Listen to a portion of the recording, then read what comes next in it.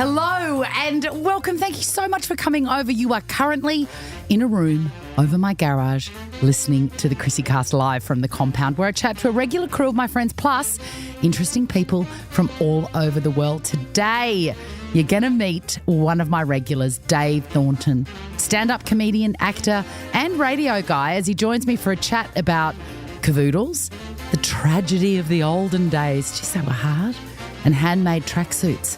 I hope you just love it. This is the ChrissieCast. Welcome to the ChrissieCast, Dave Thornton. Oh, Chrissie. As I live and breathe. So much to discuss already that we've been talking about without anything rolling. But I do want to touch on, you've got little kids. I've got kids. Yeah. Yep.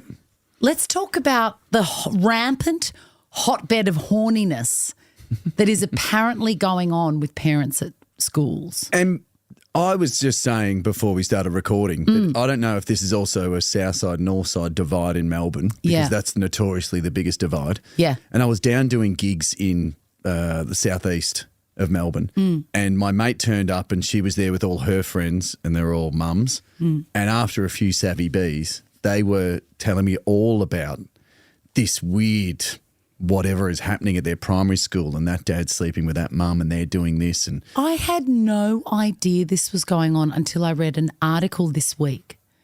And the headline was something like this. I mean, my memory isn't as good as it used to be and it was never very good. But it was like this, paraphrasing. After I drop the kids to school in the morning, nobody knows, but I meet up with other mums in a hotel and have sex. And I pictured myself and my mood after I've gone, I'll remember to get you the lunch order, but go, bye. The last thing I want to do, like the very last thing, is to go to a hotel room and sleep with women. I'm so glad you brought it up. If I brought that up, everyone's like, we're going to check your internet history. This is not a news site that you think it is. But I agree with you. Could you imagine just you've got avocado and Vegemite smeared on your T-shirt and you're like, how about it? It's just the worst. Let's go. I'm so desperate to hightail it home and have the house to myself in peace and quiet for 5 minutes. I think also the pillow talk would put me off. Because you know what parents are like when they're around each other? It's just a cesspool of, then we've got this and my partner's not doing that. And after half an hour, you're like, I've had enough here. Or what if it's just like a shopping list of school reminders like, don't forget your gold coin donation. Did you see this on? Friendly reminder, it's Casual Friday. Yeah. Did you see this on Compass? No, I didn't check Compass. Can we talk about the amount of apps there are to keep track of what these kids are doing? In my day, which was the olden days, we got a photo-statted newsletter slipped into the school bag once a fortnight. Absolutely. There's School Bag, there's Compass, there's Ollie. I've got about 7 apps and I don't look at any of them anymore. That was my New Year's resolution about 3 years ago. I just thought I need to put on a staff member to keep track of all these stupid notifications. If my kids miss something, then they miss it. Yeah, but that's what happened. You get a barrage of emails and then finally there's one that's very important. And I'm like, no, it got mixed in everything else that you told us, that recyclable bins are now put out on the other side of the road. I'm like, that's not my job. I don't know why I've been told this. Who cares? Who cares? Who cares? Speaking of primary school, you did send me a photograph of Mini Dave. Now, how old are you in this picture? Well, you also kicked off with a photo of you, which was extremely cute. You, I think, you would have been 5 or 6? Five. I was in prep. 2 pigtails. 2 pigtails, uneven. And so cute. And you had I was blinking too, which I do in every photo. Every photo. And you had like that. Jeez, that was before diagnosis.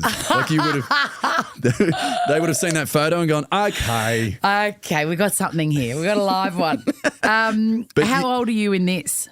I am probably the same age, to be honest. Would it be about 5, I'd think. Please describe to our beautiful podcasters what you're wearing. It's full tracksuit. Yeah, matching Tracksuit with my brother. He was just cropped out slightly. Is he older or younger? Older. And was the brand of the wind cheetah or the tracksuit, the matching tracksuit, Lecoq Sportif? Probably that was its inspiration, but Mum would have seen it and worked the faff like an absolute champion. Maybe she made her own stuff. We had all of our stuff made growing up. So did Jane Hall. So Jane Hall has been on the ChrissieCast. She's another one of the regular guests, like your good self. Yeah. And her mother used to use a Husqvarna. They were Team Husqvarna. Oh. And her mum made her underpants for the girls. Oh, that's next level. That's a lot. No. Underwear were bought for us. Like we were doing okay. Wow, you were rich. Yeah. Well, if you got it, you might as well flaunt it. You know what I mean? Did you have a double door fridge with a water machine as well? No, I could only dream. Please. No, Mum made them all, and then Mum would also then get brand labels. Like she would get the tag off a Rip Curl top. I never really knew where she got that from, and then would stitch it onto the said jumper. And then so we had casual dress day. So up, I would say to about year 9, which is when you think 15's about when you go, no, I want the brand labels. Like before that, you kind of deal with it, or I did. And then so before that, she would make a polar fleece top and put Rip Curl in the middle of it, and everyone goes, that's sick. And we got away with it. But they never existed in the real world, that exact model. I mean, if you do think about it, how boutique is that? Like it was literally a one-off. Well, you could say boutique, but it's also like counterfeit. She'd get in trouble for that now, for sure. That's true. But no, she had skills. As you said, like that tracksuit that I'm wearing, it's navy blue, maroon and white. What a combo. And and she made it all for us to all look cool. And weirdly, this was the thing my mum always used to bring up, is that I've forgotten about it. I always wanted my tracksuit top to be tucked into the tracksuit pants. I did notice that. Yeah, it was. And she said, you can wear it out, David. And I went, no. This needs to be. I need to look good. Yeah, please. In my counterfeit tracksuit. Yeah. This will be timeless, this look. I just want to say welcome to the show, FAF, by the way. And because I know about these machines, I know that it's spelled PFAFF. Yeah. It's a faff. I think that's why it would wreck my head, because as a kid, like any silent letter you are like, sorry? And then PFAF. PFAF. I think Mum, like I was calling it PFAF probably till I was so cute, ridiculed out of 40. it in my mid-teens. Yeah. Did she have a special faff room? She just faff around. Yeah. Yes, the front room, well, it was Dad's little office because he had a secretary for his cleaning business. And so Margie would come in 3 times a week. You were rich. And then... See, this is why, because of Margie, that's the reason why your mum couldn't afford the real brand names and she was sewing on labels. That is true. That is true. But Dad just had a cleaning business and so he just didn't, I don't know, he didn't want to do the paperwork. I don't know. Fair enough too. Yeah, but that was also the sewing room where Mum would be in there. And I look back on it, think about it. It was almost like a sweatshop, as in I would sit there because I was a drawer as a kid and I would honestly have these. I'd go, I want my jumper to look like that. Like I wouldn't be surprised if I thought, I want it like the top blue and the bottom maroon. Oh, you're like Yves Saint Laurent. You're designing your own stuff. Yeah, and then she would start making it and I'd be hovering behind her going, is it looking good? How's it looking? Oh, that's so cute. It's cute, isn't it? Isn't it surprising too that I have sex with women? Isn't that surprising? After I just told that story, I was like, yeah, okay. Sorry, I thought you've got 2 small children. You're not having sex with anybody and haven't for a while, if history is anything to go by. Yeah, exactly. Your father is English, and I've only just learnt that about you. Is your mother English as well? No. Dutch. Oh, of course. Oh, you mean the lanky guy in front of you with blue eyes? This is a shock for everyone. Clearly she's Dutch. Yeah, very much so. Can you do a Dutch accent? I try to. I mean, it's always that they can never get J's and they can never, you know. Just do it. It's my favourite. Yeah, because we did have family friends called John and Jenny. And when my auntie came around, she's like, Jon and Jenny, where have they been? And you're like, where are they? Jon and Jenny. Surely, have they been around? And you're like, yes, they have, Joanna. But the weird thing is my mum was born after the war and came over when she was 4. So she doesn't have any accents. But my Oma and my auntie, obviously, they heavy definitely accents. do. Yeah. So how did your parents meet? I always love finding out the story of origin of anybody I love, and obviously I love you. I just think it's such a miracle for 2 people to meet and then have a life together. It still hasn't worn off, the novelty of it. It is strange, isn't it? Because I think about also, not to put too fine a point on it, but breeding with someone. Yeah. Like there'd be plenty of other relationships when I was younger that I think if that did happen when I was later, and that's not to dismiss my partner now, but, at the time, you're like, yeah, maybe, I don't know, whatever. Like, Yeah. I had my priorities. Going out to toss the boss on a Thursday night. I've got stuff to do. But then you meet at a time in your life when you're like, oh, absolutely, let's make humans together. Yeah. Do you think it's about timing or the person? It's hard question to answer, really. Surely it's both. Surely. Like if you I think biology plays more of a part than we think it does. I do too. Because I also think, say we're the generation that has kids. And also I just want to say, clearly not suggesting that your current partner and love of your life, isn't the right one. I just think it's an interesting discussion to have. I agree. Because we're having kids later, you do see friends where you're like, I think that was biology speaking, not sanity. Yeah. Does that make sense? Yes, it does. And I'm not being offhand. I've just seen the relationships and I'm like, oh, yeah, I think you were both like, let's have kids, let's do all that. Yeah, I'm 36. Let's do it. And I also think that happens for men. Like men do the math and go, hang on a second, if I don't have a kid soon, I'm going to be the laughing stock of society. Yeah, or we'll both be in nappies when this thing turns up. Or you'll have a great life. Yeah. It's a crossroads. Who knows? There's a fork in the road. Well, think about George Clooney. Yeah. Like he meets a male and it's all, they haven't had kids, have they? No. Yes. Oh, they've got two twins. Yeah. So, what did he meet her at 50? Was it that? Yeah, but men can do that. Totally. But then also a male turns up, say he's 35 and I don't know what the age gap is, but, it's significant, maybe 15, 20 years. Right. She's a lot younger than him. But do you know what I mean? Like George Clooney at 30 isn't thinking this is my forever. Oh, my God, Finally no. at 50, as his testosterone's falling off a cliff. Yeah, he's like, oh, yeah, okay. I got to park this stuff somewhere and see what it can do. Yeah. And probably for George Clooney, he's like, I have slept with everyone. So, okay, Mal, let's make this happen. So that's got to be timing. I'm not saying they're not happy, but. And she's a really impressive unit. Well, yes, there's that as well. And he's a bit of an idiot, I think. Do you think? Yeah, I do. Yeah. But when Although I wouldn't mind being an idiot like him and living on Lake Como. Yeah. I mean, he doesn't seem like a nonce, like as in he seems sharp. No, I think he's a doofus. Oh, you think? Yeah, I think he's a real goofball. Yeah. I'd be happy with that, wouldn't you? Anyway, look, beg to differ. I want to get back to your parents' love story. How did an Englishman, what's his name? Peter Thornton. How did he meet a little Dutch girl? Peter Thornton, a.k.a. Snags, that was his nickname. Why did he get the name Snags? I've heard the story, but I don't think it was him, where supposedly one of his mates, my dad would always try to shelter my brother and I from all the stories of his hedonistic days. He was in a band and he was a pretty heavy drinker. Was he a lead singer or a drummer? Absolutely. He was the lead singer. He was initially in Peter Thornton and the Teen Beats. Oh, my God.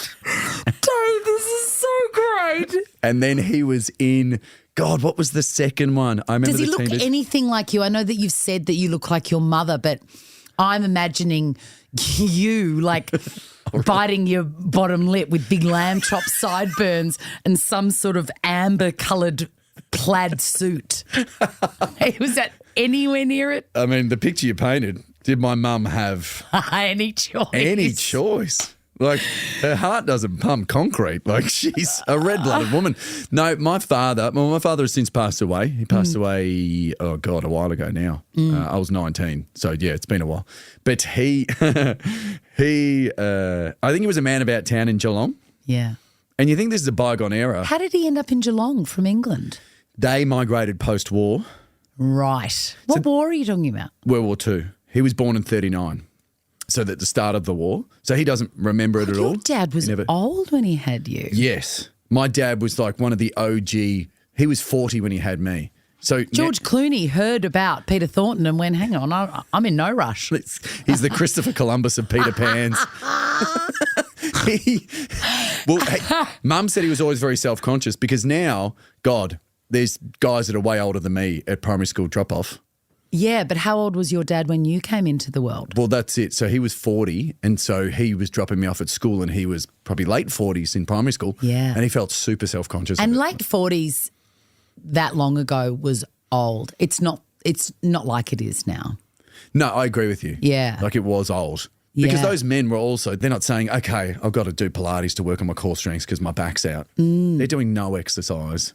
They're drinking No. every weekend, if not more. And did he get his nickname Snags because he loved a snag?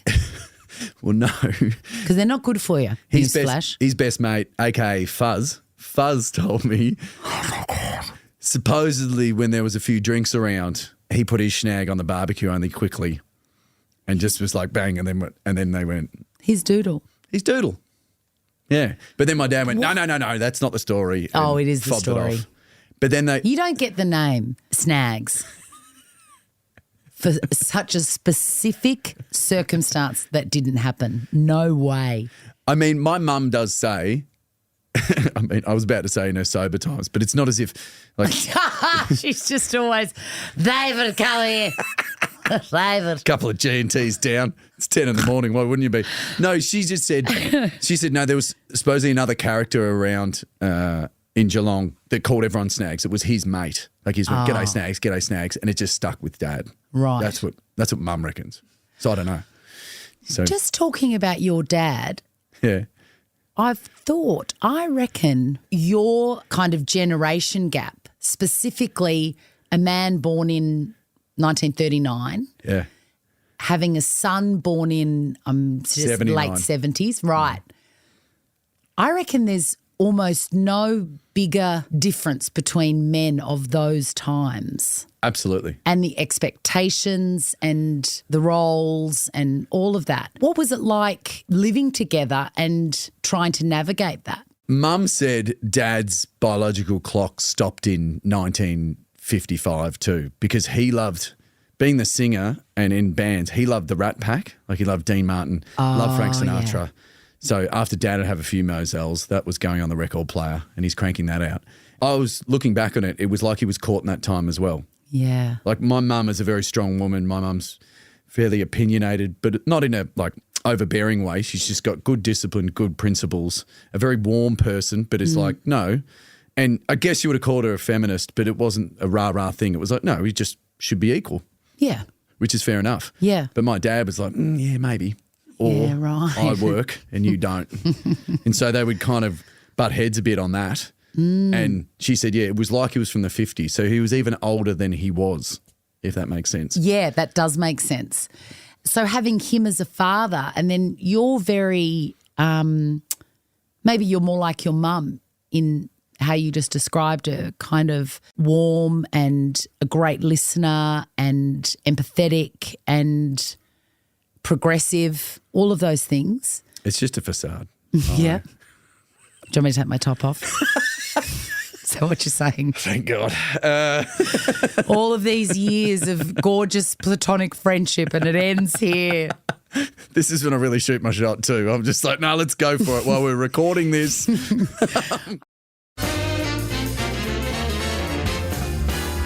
Parents are so interesting. Your parents, but also now that you're a parent, what was that like? What did you learn about your parents by becoming a parent? Well, I think as well, because of what my father grew up in, and I always say when a parent passes away, especially at a younger age, for me it becomes a bit of a study case because I wanted to know this person that I never met. Because at 19, I was just getting to know him like as a person. Yes. Because before that, it's just a parent and an annoying one at that. That's right. And so we still see family friends. And then I was at an age where they're like, well, we can really tell you what he's like. Not in a weird, like he did this loose stuff, which I have since heard about. Yeah. But it's more like, oh, he was like this. And you see a more rounded character. And then I think. Yeah, that's weird. Yeah. And I think for my father, because his dad, obviously his parents lived through the war. But this was the story. So I've since found out. He was a very inventive man, my grandfather. And this is supposedly true. This is the family story, but we don't know. And my mum says I still don't know because it was only his immediate family that were around and both his parents died before my mum met my dad. Wow, he's a real international man of mystery. He really is. Peter Thornton in the Teen Dream? Teen Beats. Teen Beats. Oh my God, he'd be very upset that I called them the Teen Dream. Please don't tarnish his reputation, please. And supposedly, because my grandfather ran a cleaning business, and he had the idea, you know, Blues Lou, you know that thing that sits. It used James Blue. Yeah, and they used to Yeah, sit if you on. want a blue Lou. It was like a blue bar of soap. It looked like it. Yeah, it was like a little gel tablet. And you hang it off the side of the Yep. porcelain. And so when you flushed it, the water would go through it and Yes. would make your toilet blue but all clean. Yes. Do you remember the ad? Blue's Lou, vaguely, yes. No, it's called Jay's Blue. Oh, Jay's Blue. Yeah, and he had the toilet spoke to you on the ad. It's one of my most formative memories. What kind of... I think it's responsible for me getting into advertising because Oh, I was really? raised by television. Yeah. And Jay's Blue. Jay's Blue. A blue loo. Isn't that funny to think, you're thinking there were men, I'm assuming, sitting around a boardroom. Oh, yes, smoking, going- definitely, in the 70s. Don Draper style. Yes. Just go, maybe the toilet should talk to it. Brilliant idea. Give him a pay rise. I love it. And the story goes that he had this idea as a cleaner because he was this kind of crazy, inventive guy. Like if you Your think dad or your grandfather? my grandfather. And if you do think at the start of the 20th century, it wasn't unusual for people to be inventors. I know that sounds weird, but like, guys would just kind of make robots or make crazy ideas that they try to sell. Yeah. Like it was. Well, there was so much more ideas, so many more ideas available then because it was so early on in the world. Yeah.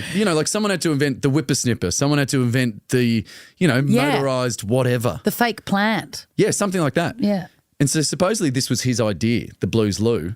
And then these people from Johnson & Johnson kind of were like, this is great, we'll get it moving. And then worked him out of the idea. Oh, my God, like Slugworth under the bridge in the Charlie and the Chocolate Factory movie. Sure, yes. Johnson & Johnson were lurking. Yes. And then so he supposedly got shafted out of it. So they just went on with it and were like, we're creating it, we're manufacturing it, you've got no part in this. And I think it broke his heart. And he just then migrated to Australia in I'm done with this, and threw his toys out of the cot. So they didn't migrate for a better life. They migrated because they were like, I'm naff for this joint. And fair enough. Yeah. And then so moved here to Australia, and it was strange because I think it was just the immediate family. So it was my dad, his sister, and And mum they dad. settled in Geelong, Leopold. About there, yeah. Well, initially, I think it was a bit out. And then Were they working John- at the Ford factory? No, they weren't. Oh, that's unusual. I don't know where my grandfather was working, to be honest, because again, they both passed away before Mum met them. So we never fully got the full story. And Dad was never one to go, like he'd just tell you some funny made up thing and then move on. I think life was very hard back then and terrible things happened like that. And you had absolutely no recourse. I'll tell you my family story, similar. I mean, no one died in your story, but somebody died in mine. So I'm going to win this. So my dad's mum died well and truly before anything. My dad was only 15 or something like that, 14 or 15. Oh, wow. So she's just been this kind of folkloric character. But the way that she died was she'd bought an extension cord from a department store and she hooked it up to she wanted to make a piece of toast. I mean, just an average decision that we all make every day and don't consider the safety Dangerous. of it at all. Yeah. She was just like, I want to make toast, but the, rinse cycle is still going. Oh, that's right. I've got that extension cord. So she's plugged in the toaster and done it all normally.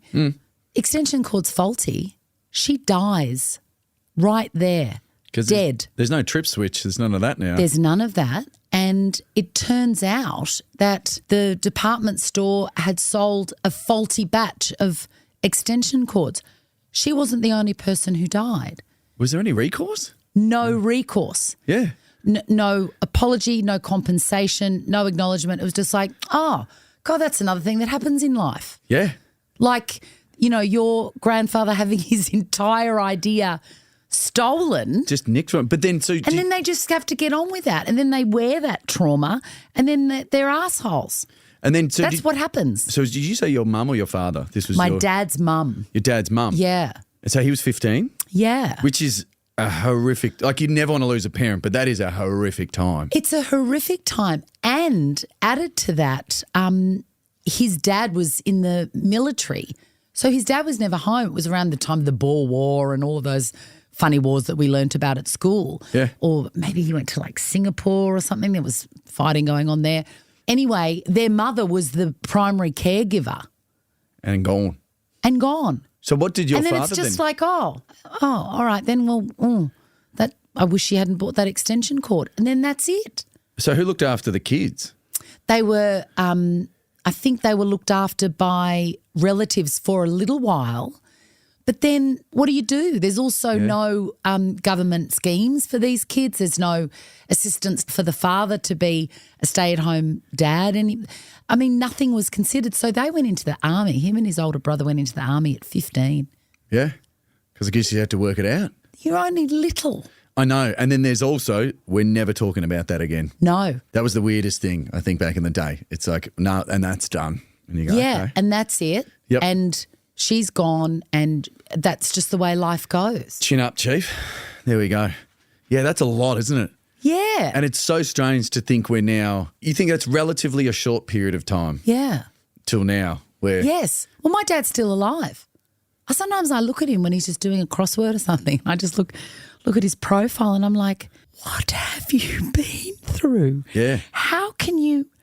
Because I've got a 15-year-old son. Leo's 15, the little jungle kid. Yeah. If I'd bought the wrong extension cord and I was just gone out of his life, how do you ever get over that?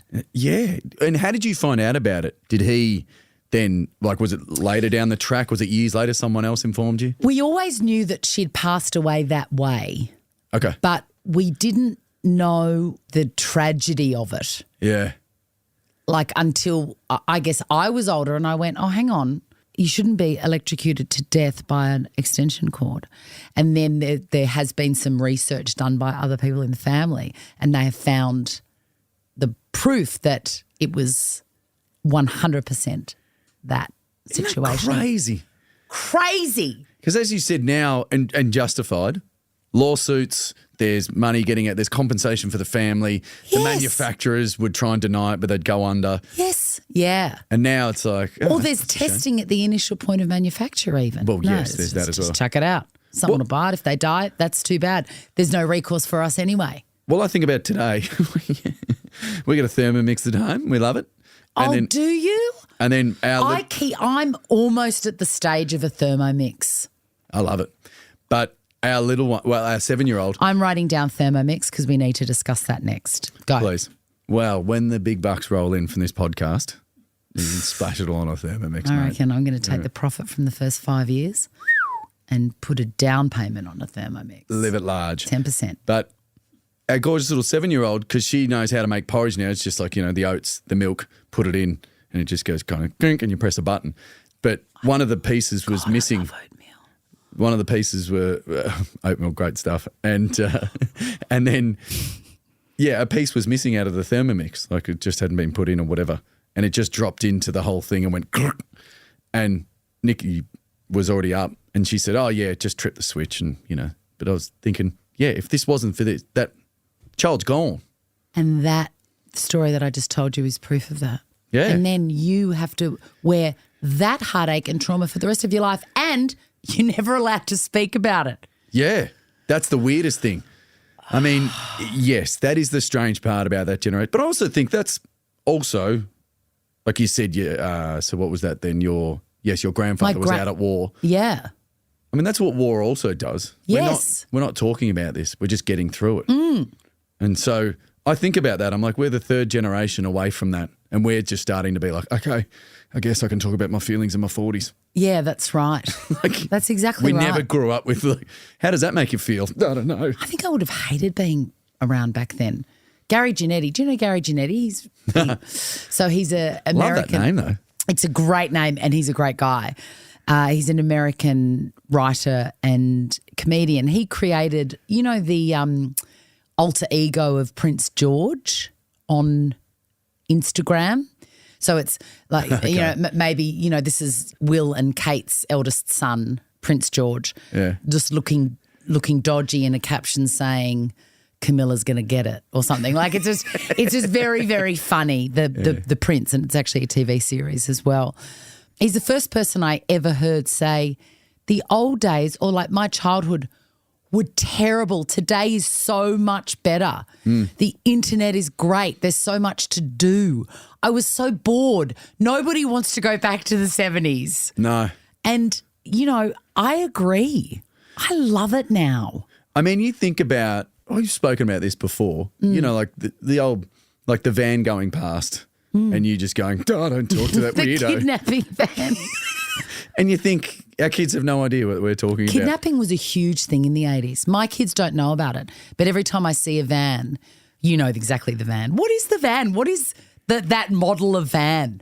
Yeah. Because it's not an Econovan, it's not a high ace. No, but it looks like, it's strangely like the TARDIS in Doctor Who where you open it up and you feel like it's going to be a giant dungeon and the guy's going to throw you in. Because they are. Yeah, and they're going to take you, and then you think our parents, that's when stranger danger came about. It was just like, just don't talk to them. That was the effort that was put in to stop you from getting nicked and thrown in a van. Yes. Like, you laugh about it, be like, that's not better times. That's not you going, oh, yeah. Can we go back to that? That's not good. No, but that was also because they probably didn't want to talk about kids getting nicked in vans. As it was in the news, they're probably in hushed tones. And then we're like, oh, I don't know, let's get that out of our minds and think about better things. Yeah, instead of talking about it, we'll just make sure that that child doesn't ever speak to anybody that doesn't know him. Have we discussed, I'm just looking at you feeling like it's a memory, have we discussed the neighbourhood watch houses? Yeah, I feel like we might have. You know, what a weird concept. It's such a weird concept. Yeah, just go in. That's a safety house in there if you want to walk in there. So right in the heat of kidnapping era, right, where kids were being just bundled away, stolen from bus stops, all of that sort of stuff. Terrible, horrendous, horrific, terrifying stuff. Right at that point, there was a government initiative called the Safety House. No, it was safety because Neighbourhood Watch was always there. Neighbourhood Watch was there. Rat on anyone dodgy. Yeah. And that was the weird three faces. It was green and white on the sign. With a policeman in the middle. Yes. Because you can tell him that Reg mowed his lawn at 6:58 and everybody knows that it's 7 a.m. cutoff. Yeah. And so there was that. But then Safety Houses was just a cartoon yellow house. It was a yellow house with a very smiley face. Yeah. Can you take us through, keeping in mind that children were being stolen? It was a thing.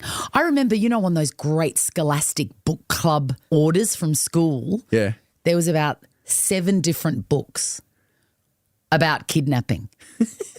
The storyline was kidnapping. And it was like, a guy with shaggy, sandy hair and glasses lurking behind an open door on the cover. Like, it was a really big thing. Yeah.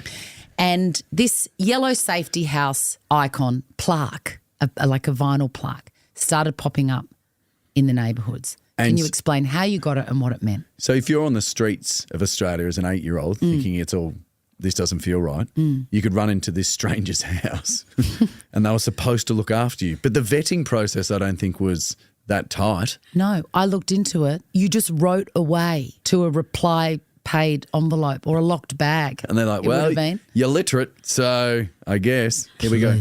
Please, can I have a plaque for my car? It's a black van with the windows. Yeah. I mean. So that children can walk into my house. And you think, this is insane. And you're supposed to go in there and then everything would be fine. I've since talked to friends about this and it all sounds very funny in hindsight. Like, I had a mate that walked into a house and they were like, nah. Like, they looked at him. Like, what? Someone actually went into... And they went into the house and then they were like, so what's going on? And they went, I just feel a bit unsafe. And they're like, nah, I reckon you're right. And they sent him back out. I didn't drive them anywhere. No, it didn't go like that. Like, nah, I reckon you're right, kid. Because I do remember actually... I remember kids being stuff like there was a smart ass at our school. He'd hit you and then he'd run off to the safety house. So that that's not the purpose of them. But that's what he found, that loophole. He's like, I can run into this house and be like, they're chasing after me. And they're like, okay, you get left alone, Lucas. Barley. Yeah, totally. And we were like, oh, you're gaming the system. Where did he end up? He sounds Lucas. like a pain in the ass. Yeah, I hated Lucas. He's not on this podcast, that's no, he's sure. bloody not. He's the sort of guy that plays I Spy with you. It says that it starts with S, and then after you're looking out of the car for 2 hours begging him, he goes, are you going to give up? And then you go, yes. And he goes, silica, it's in the windows. Yeah. And you want to kill Lucas. Yeah, I know. Piss off, Lucas. You want to kill him. I'm sure he's got a real shit job. You better get to the safe house now, Lucas. Yeah. Where is it now, mate? You're in trouble. Yeah. You're in a moving vehicle and you've pissed me off, Lucas. I know. I hope he got called for insider trading or something. I don't want to know him.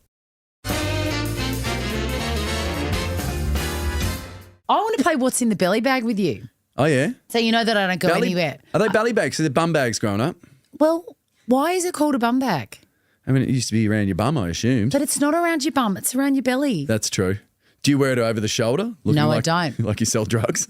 No, I'm not cool enough. I feel like you've got to be very cool to do the crossbody, it's called, Dave. Oh, it's crossbody, is it? Yeah. I love that guy down at the beach. He's got his shorts on and the crossbody bag on. You're like, you are absolutely selling drugs. Like, I can't understand why you're wearing this. I agree. I can't get access to it up here. Yeah, that's true. I'm like a kangaroo, like with little tiny hands trying to get into it. I need it down there where I can see it from above, all my stuff. And yeah, it just doesn't work. So I call it a belly bag now. I mean, I wear it on my belly. I can understand for women because notoriously your fashion doesn't have pockets, which is weird. It is weird. It is weird. So I can understand why that's changing though. That is changing. Like extension cords won't kill you and pockets are getting bigger. This is progress. So this is good. Yeah. This is a good thing. When my mum was burning her bra, it worked out. We've got to win, guys. With Peter going, you get that, God, you get that bloody bra. Who's going to make the meatloaf? But Margie, yeah. get her a new bra. But when dudes are wearing it, I'm like, you've got pockets. Yeah, what that's is this true. doing? That's true. Well, I've got, belly bags in all sorts of sizes. I've got a travel belly bag. Do you? Yeah, because if I go away with the kids, I've got 3 kids. Yeah. I need to then carry everything for them. They've all got phones and fidget spinners and all sorts. So I've got a big one. But my everyday one, the belly bag, is it's changed my life. Now we're playing around of what's in the belly bag, Dave, and there is a picture. Well, there is a object in this belly bag that I'm hoping sparks a story from you. Here we go. It's being handed across. Ooh, parachute material. Doing all right. Thank you. Ooh, piece of paper. What's that? Is this your little pup? It is. That's a cavoodle? It's a cavoodle. Now, I just want your general thoughts on cavoodles. Please share them. I do know. Well, I mean, And keep in mind, he is currently listening at the door like a kidnapper from the 80s. Well, in a weird twist, he might have thought this was coming because when I came in, he ran out to me. Did he? Was he friendly? So friendly. He's normally not. So I feel like, yeah. And he's a bit racist. Is he? Yeah, he is. Is he? It's very disconcerting and very embarrassing because, of course, I'm the human being with him.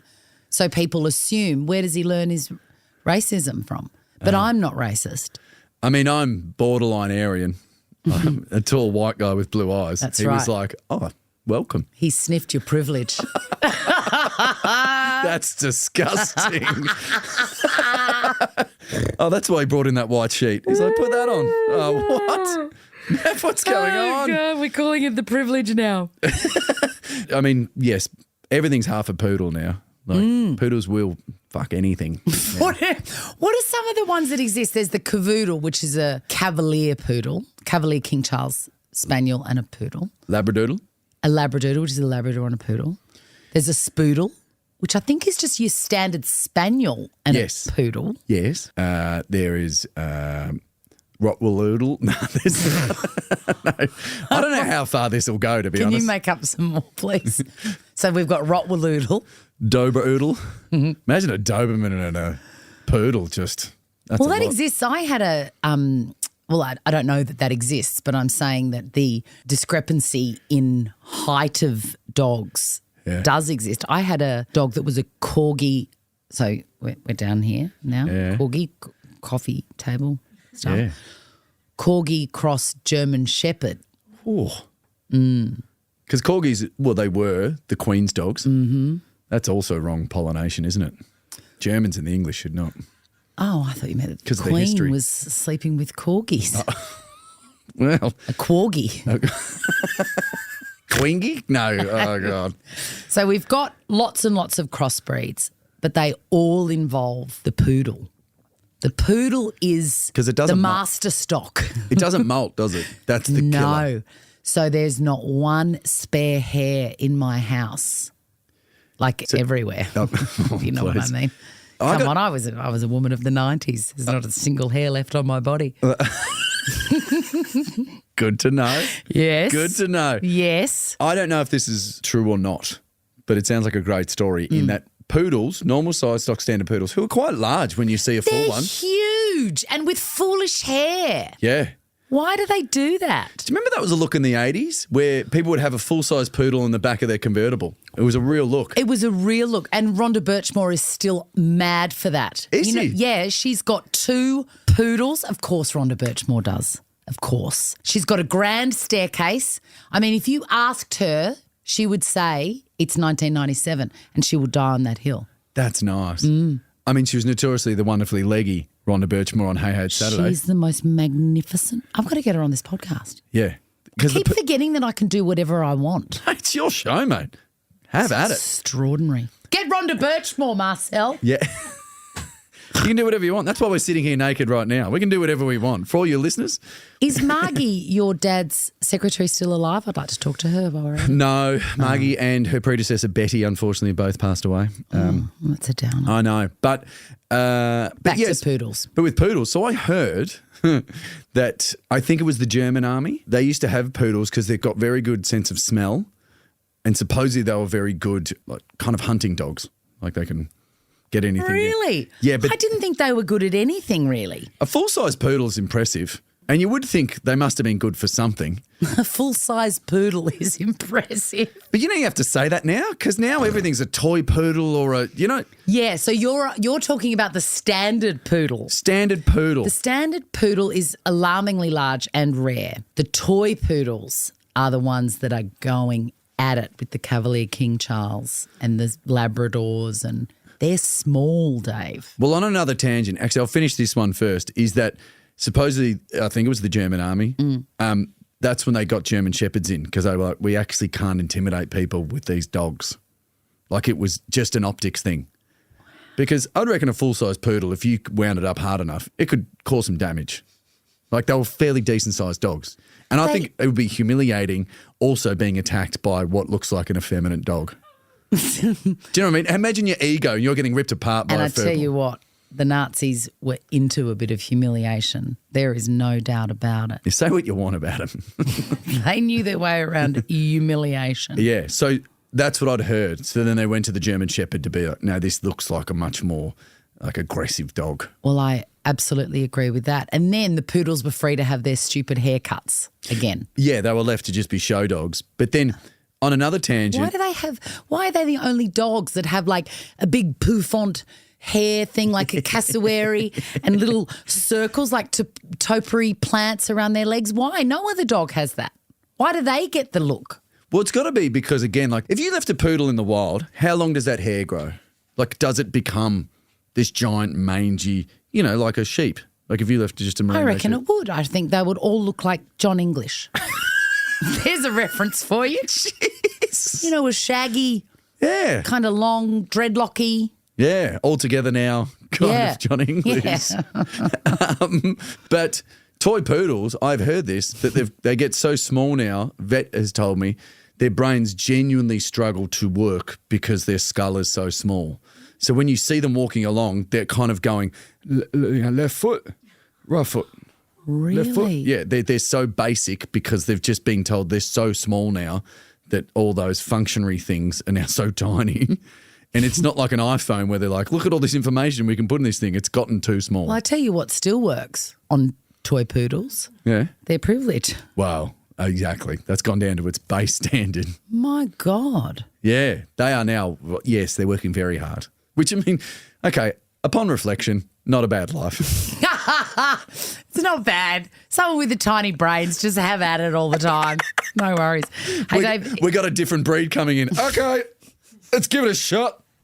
What is this? Can someone give me the stepladder? It's a great day. It's a gradoodle. Hey, I think this is a cat. Sure, let's go. what a joy. Thank you so much for joining me on This has been fun. on this podcast. We have covered off absolutely nothing on our list. So it means that you're going to have to come back, Dave. Oh, this is great. This is like when TV shows go to ad breaks. Do you want to join us after the break? Do I? You can join us after I work out what's happening. But you will be back. I love you. Thank you so much for being on the ChrissieCast. Love you too, man. Isn't he just the loveliest person? And that giggle absolute gold. You can catch Dave's comedy special on YouTube and get tickets to his latest show, Nothing's Unpossible, via the link in bio at Dave_Thorno on Insta. And keep your notifications on once you've followed me at the ChrissieCast on Insta and Facebook for more on all my guests, including who is lurking at the compound ready to chat to us. See you next time. Can you put this recycling in the wheelie bin on your way out? It's the one with the yellow lid. Good one, ChrissieCasters.